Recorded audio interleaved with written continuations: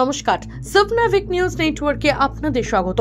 গতকাল সন্ধ্যার পর থেকে নিখোঁজ থাকার পর এদিন সকালবেলা বাঁশবাগান থেকে যুবকের মৃতদেহ উদ্ধারকে কেন্দ্র করে তীব্র চাঞ্চল্য ছড়ালো নৈহাটি দোগাছিয়া এলাকায়। ত্রিকোণ প্রেমের জেরেই খুন, উঠছে প্রশ্ন।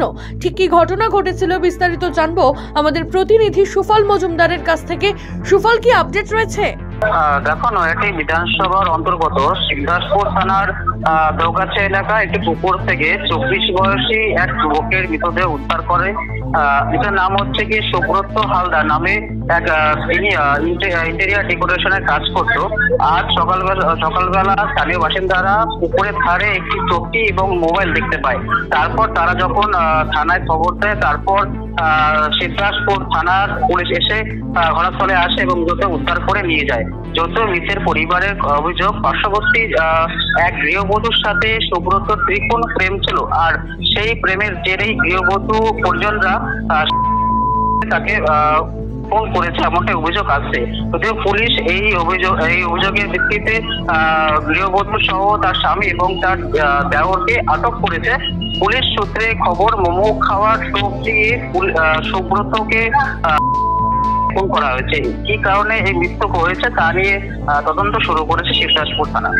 অনেক ধন্যবাদ সুফল, সঙ্গে থাকো। মৃত যুবকের নাম সুব্রত হালদার, বয়স 25 বছর। মৃতের পরিবারের অভিযোগ, পার্শ্ববর্তী এক গৃহবধূর সাথে অবৈধ সম্পর্কে জড়িয়ে পড়ে সুব্রত, আর তার জেরেই খুন হতে হয় তাকে। সন্ধ্যাবেলায় 7:30টার সময় বউটাকে ফোন করে, বউটা করেছে নয় বউটা করেছে, যাই হোক কিছু একটা হয়েছে। বউটা সবসময় ওর কাছে পয়সা চায়, হয়তো ওর ভাই, ওনার বর চায়, ঠিক আছে, ওনার ভাই চায় পয়সা, ওনার দাদা চায় পয়সা, সবসময় পয়সা চায়, সবসময় পয়সা নাই। কেন? আমার ভাই সবাইকে পয়সা দেয়, কাউকে না করে না। পাড়ায় জিজ্ঞেস করে, খুব ভালো ছেলে, ওর সাথে পয়সা দেয় কেন? চাইলে সুবিধা অসুবিধা সব ধার দেয়। ঝুম্পা কি নাম, কি সাউ? পিঙ্কি সাউ। ওকে না ওনার বর নাই চেয়েছে, ঠিক আছে, সবসময় ওনার বরটা নাই, ওনার দেওরের সাথে প্রেম করে। বউটা দেওরের সাথেও সম্পর্ক আছে, কারণ গলা জড়িয়ে, কারো স্বামী স্ত্রী না, ওনার স্বামী বাড়ি থাকে না, গলা জড়িয়ে ধরে এরকম করে বুকের কাছে হাত দিয়ে বৌদির রাস্তা দিয়ে চলাফেরা করে। আমি নিজের চোখে দেখেছি, আমি বলি নাকি, বউটা সবাই বলে। ভাইয়ের সাথে কি সম্পর্ক ছিল? ওর ভাই, আমার ভাইয়ের সাথে কি ছিল আমি সত্যি জানি না। আমি সত্যি যেত কি ফোনে কথা বলেছে, লাস্ট আমি ওই বেলায় মোমো নিয়ে আসতে বলেছে। ওর বন্ধুরা সবাই বলছে, দিদি তুমি মোমো আনতে বলেছো? আমি বলছি না। বলছে ও রাত্রি জানো বললো মোমো নিয়ে যেতে বললো, কিন্তু কে মোমোটা নিয়ে যেতে বলেছে? ওদের ওখানে মোমো টোমো পড়ে আছে বললো। কারা বললো? মোমো সব পড়ে আছে ওই বাঁশবাগানে। ওরা নিয়ে গিয়ে বাসতলায় মেরেছে, যেখানে মেরেছে ওই পুকুর ধারে মেরে দিয়েছে। পুকুর ধারে মেরে দিয়েছে। সকালে কাদের বিরুদ্ধে অভিযোগ? পিঙ্কি সাউ, চিঙ্কি সাউ, মিষ্টি সাউ, আর ওর বাবলু সাউ, এরা মেরেছে। বাবলু সাউ, এই তিনজন। আমার এক বেয়াই বাড়ি, ওইখান দিয়ে আমি সকালবেলা কাজে আসছি, কিন্তু এই খবর কিচ্ছু জানি না। সকালবেলা যখন আমি স্টেশনে নামছি এসে, তখন বলছে বাইরে পাওয়া যাচ্ছে না, এরকম রাত্র 1টার পর। তখন আমি কাজে না যাই, আমি বাড়ি চলে আসি। তারপরে নৈহাটি থানায় গেলাম, তারপর সিদ্ধার্থপুর থানায় গেলাম যে স্যার এই ধরনের কোনো ছেলেবেলে আইছে না। কি বলে, না আমাদের এখানে আসেনি, তাই তোমরা একটু ভাটপাড়া খবর নাও।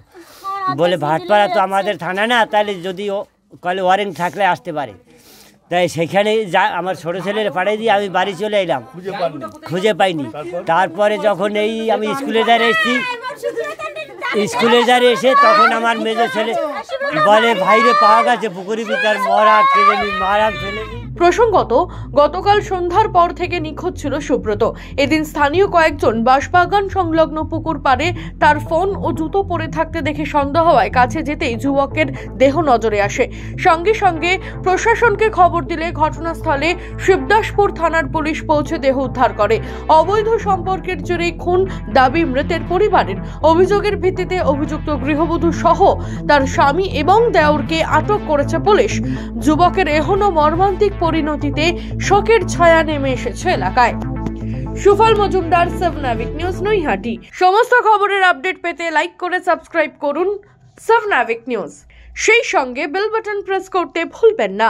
আপনাদের একটা সাবস্ক্রিপশন আমাদের জন্য অত্যন্ত মূল্যবান। জয় হিন্দ।